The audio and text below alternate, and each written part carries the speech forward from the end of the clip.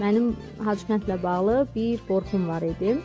Bir dəfə 5 il bundan öncə bu yolu qalxarkən həmin vaxtlar yolda təmir işləri gedirdi. Müharibədən əvvəl idi, səhv etmirəmsə, və yollar çox təhlükəli idi. Burada belə hündür necə deyim, perivallar var, hündürlüyə qalxırsan və o biraz təhlükəlidir.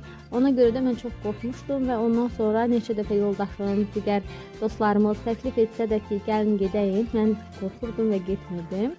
Ancaq bu dəfə özümdə o gücü topladım, dedim ki, gedəcəm. Həm də maşını yoldaşım idarə edirdi və ona güvənirəm. Ona görə də getmək qərarına gəldim. Yaxşı ki də gəldim, bu gözəl mənzərə. Bizim balaca fidanımız isə maşında yatmışdı, onu qoyub getmişdik. Bir də baxdıq ki, pəncərədən baxır, artıq oyanıb, onu da götürdük. Biraz burada gəzdik. Doğrudan da buranın gözəlliyini, səssizliyini mən sözlərlə ifadə edə bilmərəm.